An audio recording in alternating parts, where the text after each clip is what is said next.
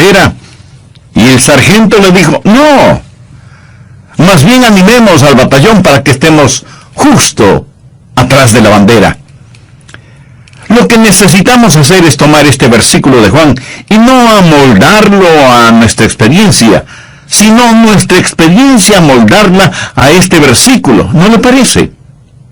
Y en vez de desentendernos de este versículo, llenémonos de poder espiritual y hagamos lo que Dios quiere que hagamos, porque la mayoría de nosotros somos creyentes incrédulos.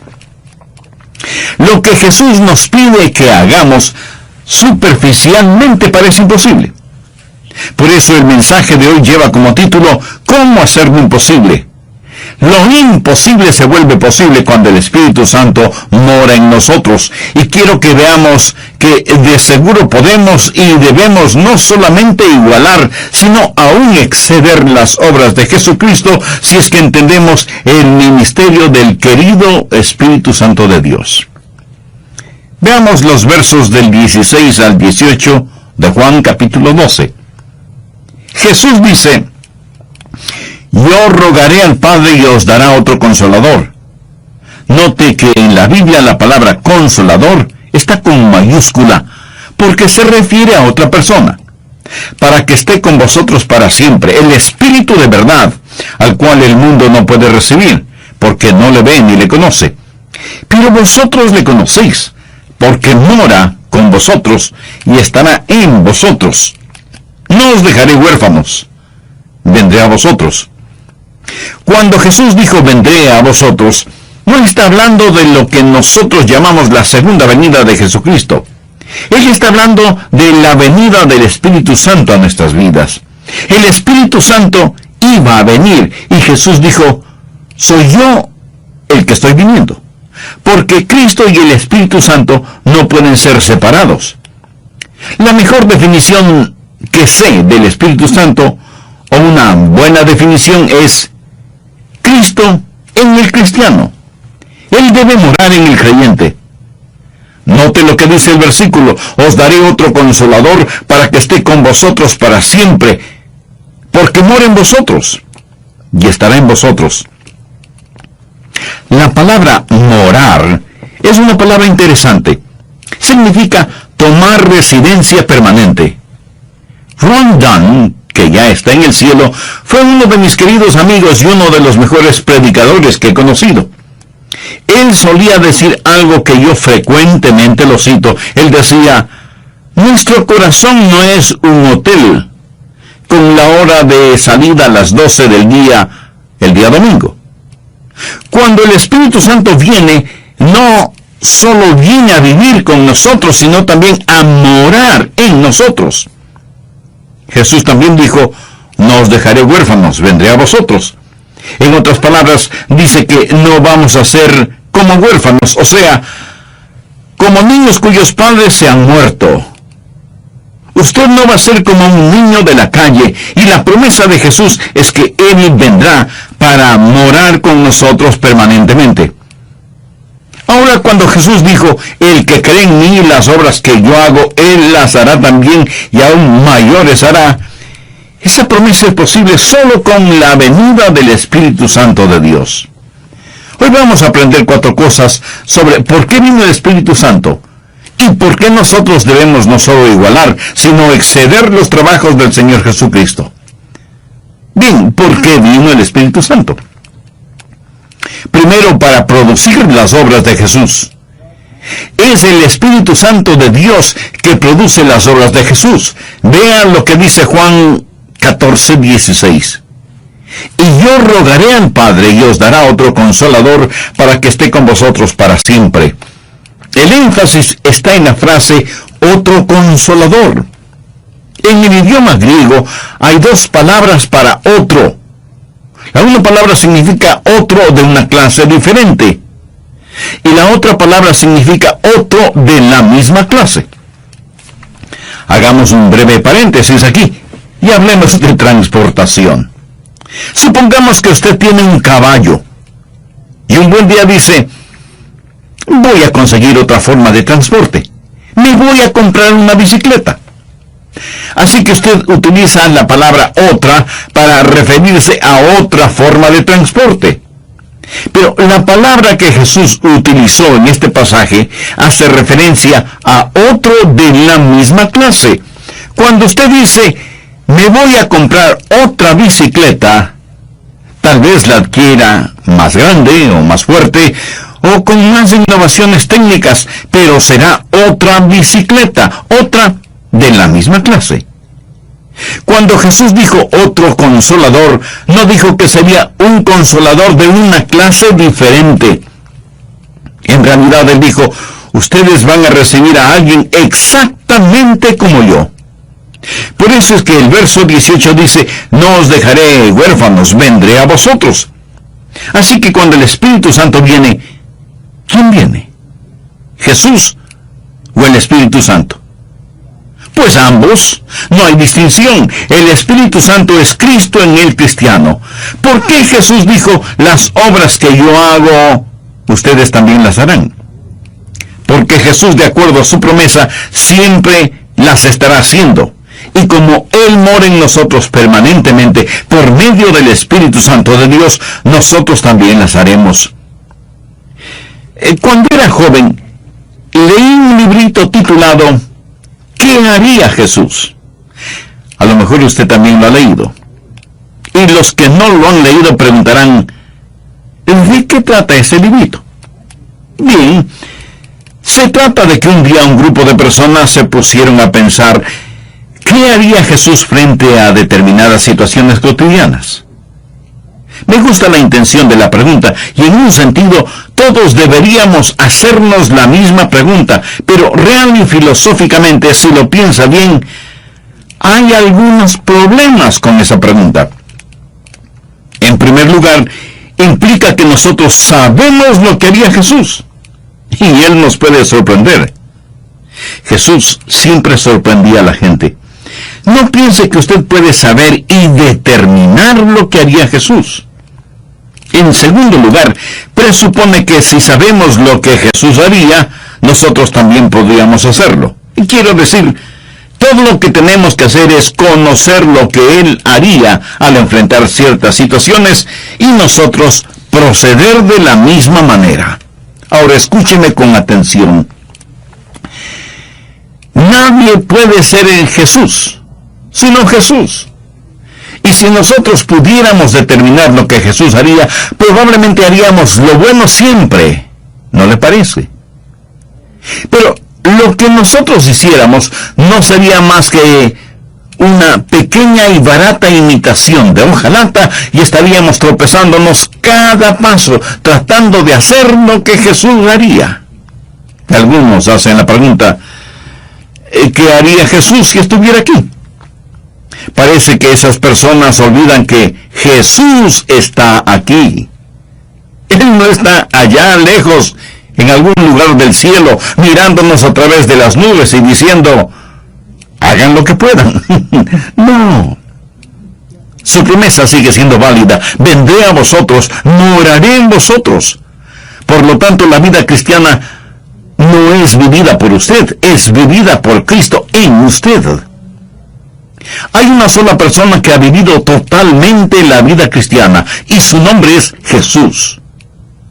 Y si usted vive plenamente la vida cristiana, no se sienta orgulloso de eso, porque no es que usted la esté viviendo, sino que Jesucristo, quien mora en usted, vive la vida cristiana en su vida. Ese es el secreto.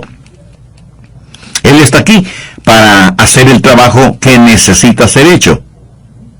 Y por eso dijo, el que cree en mí, las obras que yo hago, él también las hará. ¿Por qué? Porque vendré a vosotros, porque moraré en vosotros. Yo soy el que produce esas obras en vosotros. Es necesario entender que fue mejor que Jesús se fuera al cielo para que enviara al Espíritu Santo.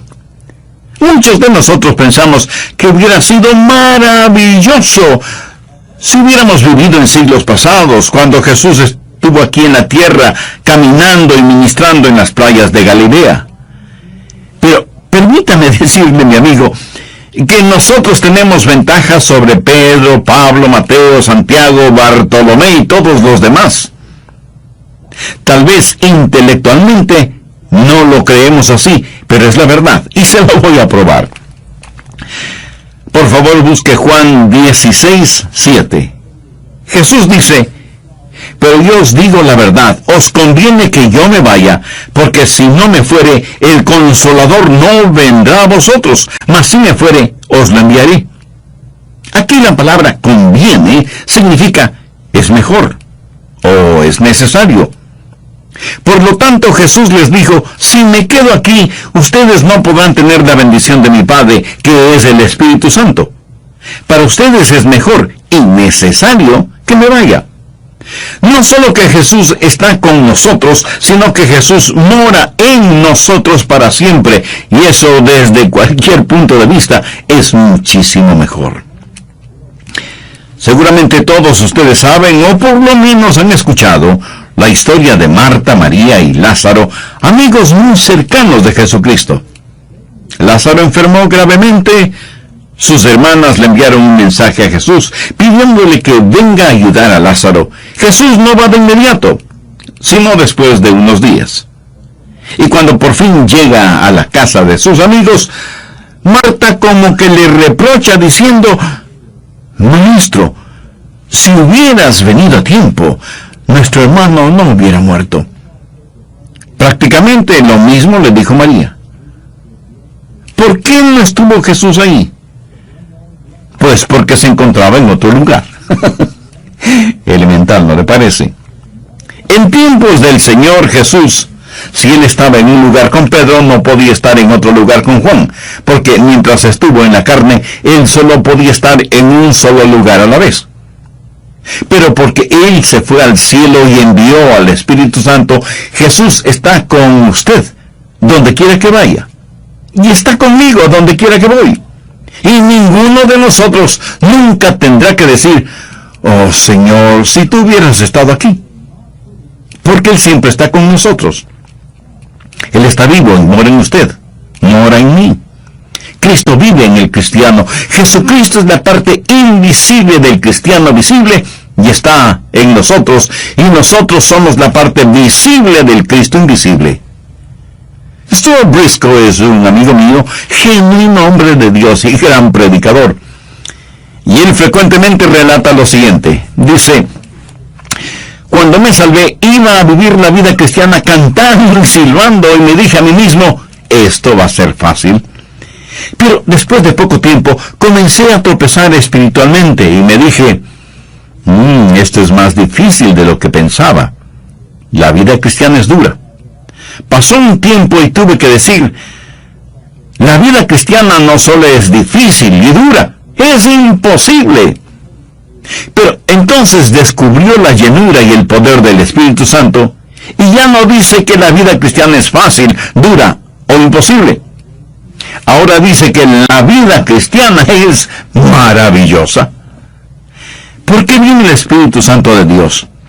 Para producir las obras de Jesús. Es Cristo en nosotros produciendo la vida cristiana. Y si usted no aprende esto, va a tener tiempos muy difíciles en su vida cristiana. Bien, el Espíritu Santo no solo vino para producir las obras de Jesús, Él vino en segundo lugar para proteger la voluntad de Jesús. Usted no está solo, pertenece a Cristo. Veamos lo que Jesús dice en Juan 14:26. Mas el Consolador, el Espíritu Santo, a quien el Padre enviará en mi nombre, Él os enseñará todas las cosas y os recordará todo lo que yo os he dicho. Detengámonos un momento en la palabra Consolador. Es la palabra griega Parakletos. En 1 de Juan 2:1 se la traduce como abogado. Y si alguno hubiere pecado, abogado tenemos para con el Padre, a Jesucristo el justo. ¿Qué es lo que un abogado hace por usted? Bueno, protege sus derechos, le defiende, le representa, vela por sus intereses y que se cumpla su voluntad. ¿Qué es lo que hace el Espíritu Santo?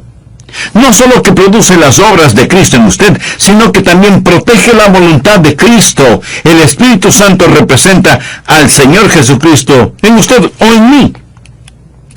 En el Antiguo Testamento, las familias vivían juntas como tribus y tenían un paracleto, o sea, un abogado quien durante los problemas tribales defendía la causa de la familia a la que representaba, defendía el honor de la familia y defendía los intereses de la familia.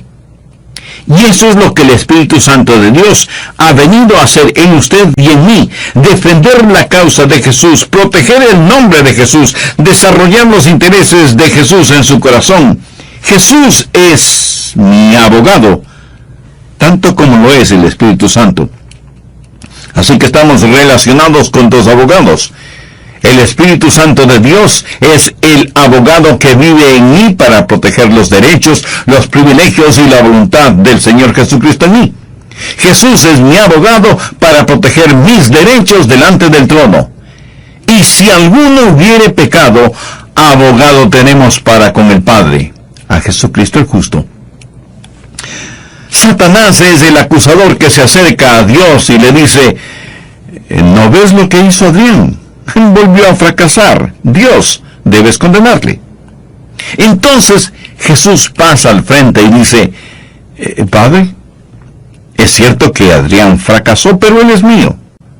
Me pertenece. Yo morí por sus pecados, hice expiación por ellos, y porque yo pagué por esos pecados, estoy aquí para defender su causa. Jesús, mi abogado, intercede por mí, y el Espíritu Santo hace intercesión por Jesús. El Espíritu Santo representa los derechos de Jesús en mi vida.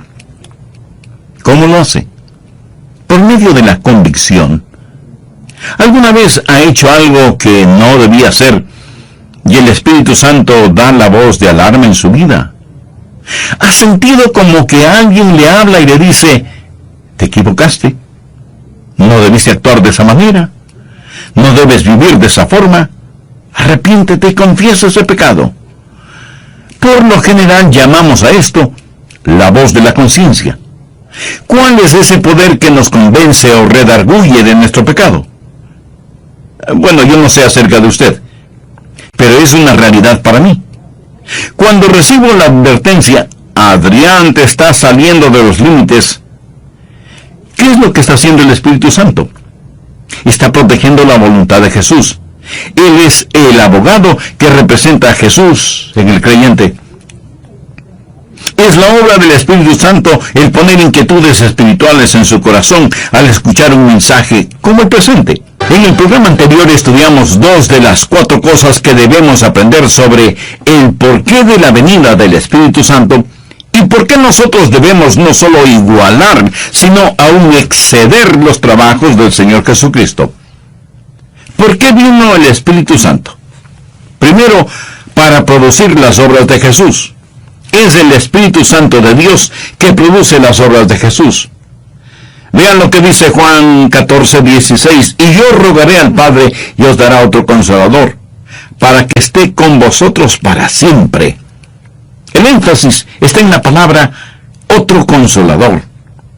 En el idioma griego hay 2 palabras para otro. La una significa otro de una clase diferente y la otra significa otro de la misma clase.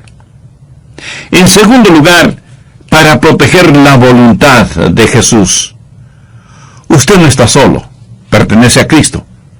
Veamos lo que Jesús dice en Juan 14:26. Mas el Consolador, el Espíritu Santo, a quien el Padre enviará en mi nombre, Él os enseñará todas las cosas, y os recordará todo lo que yo os he dicho. Detengámonos un momento en la palabra Consolador. Es la palabra griega Parakletos. En 1 de Juan 2:1 se la traduce como abogado. Y si alguno hubiere pecado, abogado tenemos para con el Padre, a Jesucristo el justo. ¿Qué es lo que un abogado hace por usted? Bueno, protege sus derechos, le defiende, le representa, vela por sus intereses y que se cumpla su voluntad. ¿Qué es lo que hace el Espíritu Santo? No solo que produce las obras de Cristo en usted, sino que también protege la voluntad de Cristo. El Espíritu Santo representa al Señor Jesucristo en usted y en mí. ¿Cómo hacerlo imposible? Usted recibe el Espíritu Santo de Dios cuando recibe a Jesucristo. Y el Espíritu Santo en usted producirá las obras de Cristo y protegerá la voluntad de Cristo. En tercer lugar, le ayuda a percibir las palabras de Cristo. Usted necesita entender a Jesús, y el Espíritu Santo en usted le ayuda a percibir, a darse cuenta de las palabras de Cristo. Veamos lo que dice Juan 14:26. Mas el Consolador, el Espíritu Santo, a quien el Padre enviará en mi nombre, Él os enseñará todas las cosas y os recordará todo lo que yo os he dicho. Ahora busquemos Juan capítulo 16, los versos 12 y 13. Aún tengo muchas cosas que deciros, pero ahora no las podéis sobrellevar. Pero cuando venga el Espíritu de verdad, Él os guiará a toda verdad, porque no hablará por su propia cuenta, sino que hablará todo lo que oyere, y os hará saber las cosas que habrán de venir. Gracias a Dios que puedo percibir las palabras de Cristo, porque el Espíritu Santo de Dios es mi Maestro, que vive en mí, y me ayuda a entender las cosas que no entiendo. Yo no podría estudiar para predicar a menos que pueda orar. Frecuentemente, sentado junto a mi escritorio, oro y digo, querido Dios, enséñame. Y repito lo que dice ese hermoso himno: Señor, abre los ojos de mi corazón y ayúdame a entender todo lo que tu Santo Espíritu me enseñe. Por favor, busque 1 Corintios 2, desde el verso 9 al 14. Antes bien, como está escrito, cosas que ojo no vio, ni oído oyó, ni han subido en el corazón del hombre, son las que Dios ha preparado para los que le aman. Lo que el apóstol está diciendo es que hay verdades espirituales que usted simplemente no las entiende solo leyéndolas u observándolas. Hay ciertas cosas que usted no comprende solo escuchándolas. Hay cosas que no puede entenderlas emocionalmente. Ahora, note lo que dice desde el verso 10.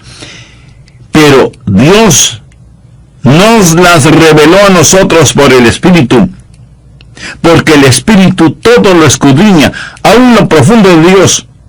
Porque ¿quién de los hombres sabe las cosas del hombre, sino el Espíritu del hombre que está en él? Usted no me conoce a mí como me conozco a mí mismo. Y yo no le conozco a usted como usted mismo se conoce. Pero note, porque ¿quién de los hombres sabe las cosas del hombre, sino el Espíritu del hombre que está en él?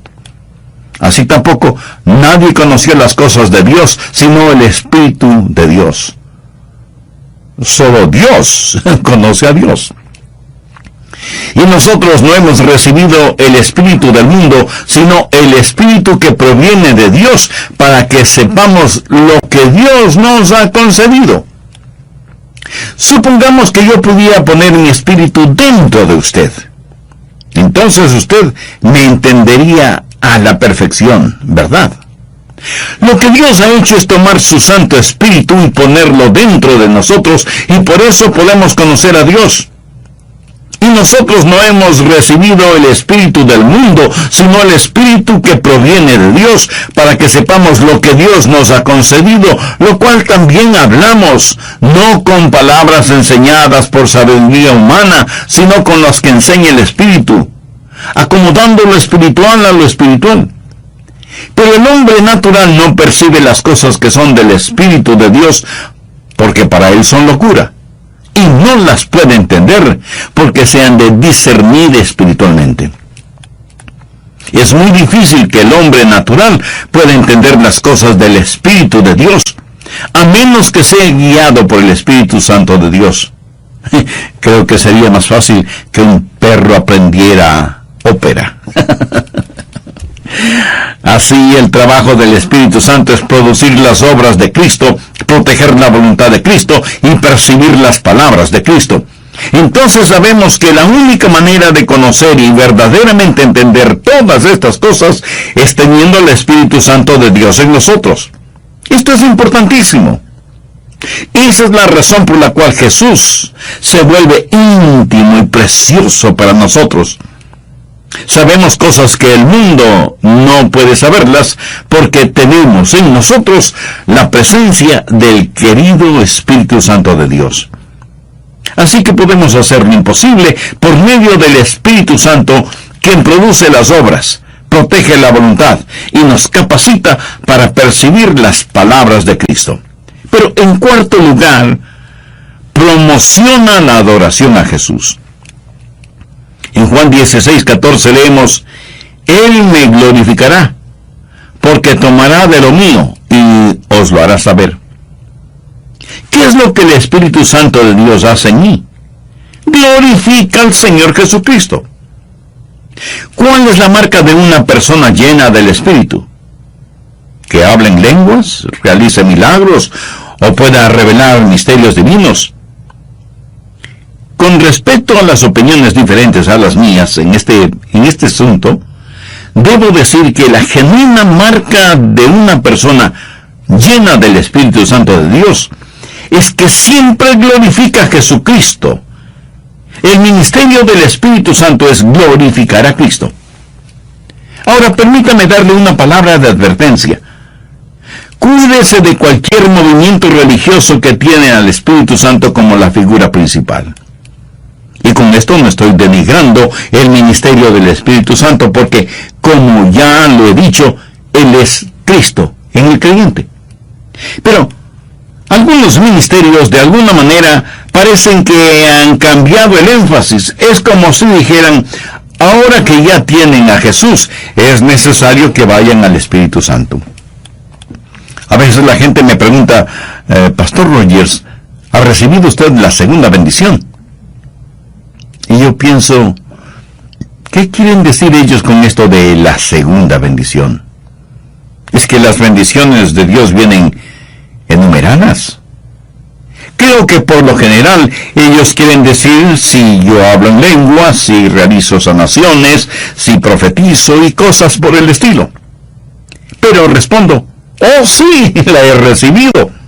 Y ellos se entusiasman y me urgen, pastor, cuéntenos al respecto. Y yo les digo, la segunda bendición es descubrir lo que tiene la primera, cuando recibí a Cristo. Pero también he recibido la tercera bendición, que me ayuda a descubrir lo que no descubrí en la segunda. Le puedo asegurar que ellos no esperaban ese tipo de respuesta. Escúcheme atentamente lo que voy a decir. Usted puede profundizar en el conocimiento de Jesús, pero jamás puede ir más allá de Jesús. Y si usted observa un desfile que está guiado por el Espíritu Santo, entonces algo no está bien. Pero si usted ve al Espíritu Santo estar a un lado en el desfile, señalando a Jesucristo, entonces algo está muy bien. Déjeme aclarar que de ninguna manera estoy haciendo de menos al Espíritu Santo de Dios. Estoy hablando de ser lleno del Espíritu Santo. Estoy diciendo que Jesús es glorificado por el Espíritu Santo. Una persona llena del Espíritu Santo o una iglesia llena del Espíritu Santo buscará siempre glorificar al Señor Jesucristo.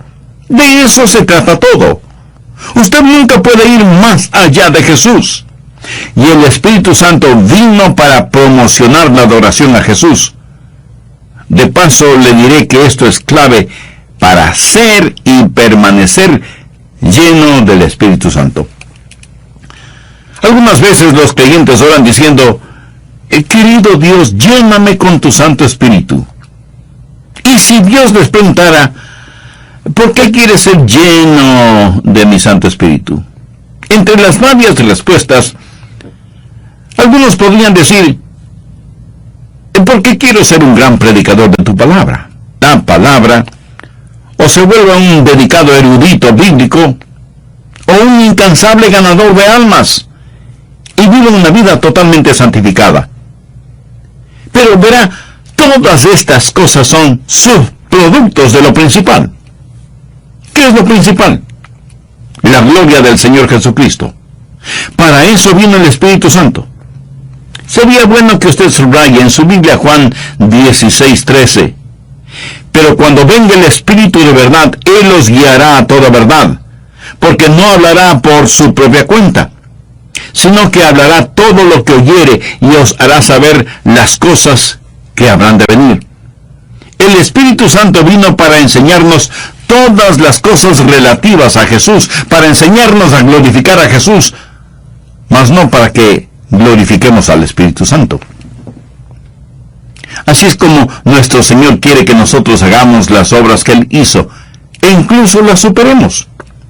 Y algunos de ustedes justificada y preocupadamente preguntarán, pastor, ¿cómo podemos nosotros superar las obras de Cristo? ¿No suena eso un poquito preponderante? Si el Señor hasta resucitó muertos. Permítame decirle algo. Todos los milagros que Jesús realizó, los milagros de gloria, solo tipifican y retratan los milagros de la gracia. Supongamos que después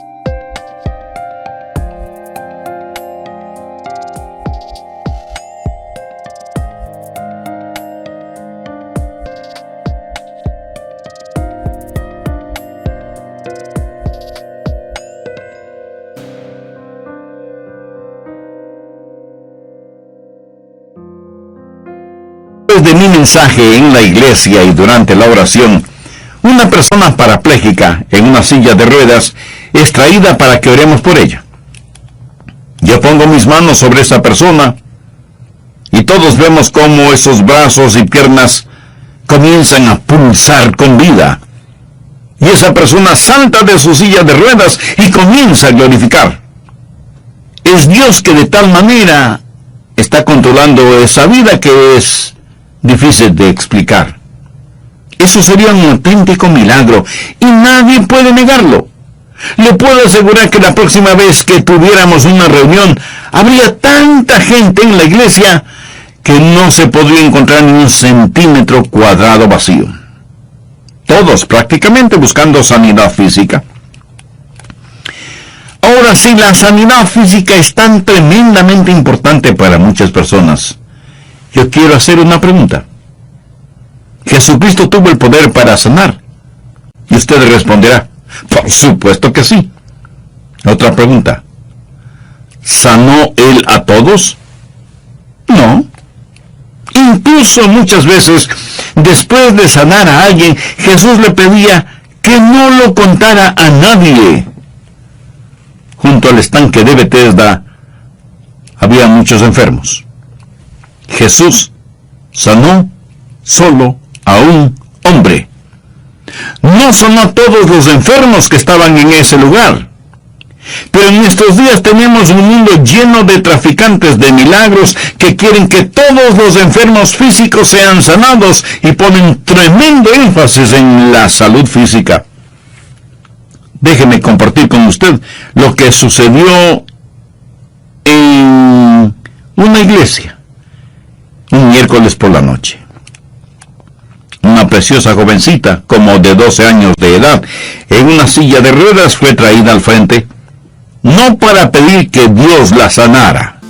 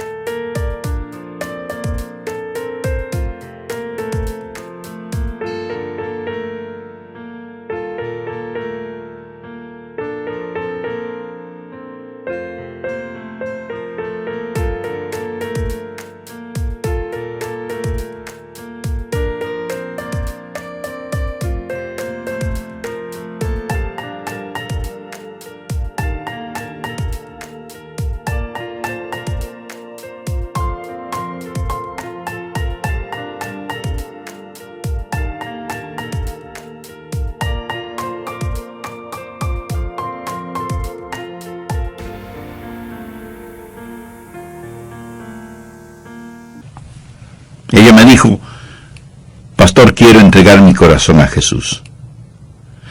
Ni siquiera puedo describir cómo bendijo mi ser el escuchar a esa niña hablar de su fe en Cristo. Y fue un milagro mayor esa muchacha entregando su corazón a Jesús que aquel parapléjico que se levantó de su silla de ruedas. Y si usted me pregunta por qué, le diré por qué. Para que Jesús sane a un enfermo, Él simplemente tiene que decir: sánate. Pero para salvar a esa jovencita, Él tuvo que morir en agonía y sangre. Su sangre fue derramada para salvar espiritualmente, aunque uno esté enfermo físicamente. Un estudiante universitario le preguntó a su pastor: pastor, ¿cree usted que hay vida en otros planetas? El pastor le contestó: no, hijo, no creo que la hay. Pero el joven insistió: pastor, piénselo. De los billones y billones de estrellas, universos y galaxias que existen, ¿no cree usted que haya vida en otros planetas?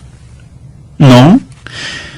Yo no puedo probar que hay o no hay vida en otros planetas, pero simplemente no creo que la haya.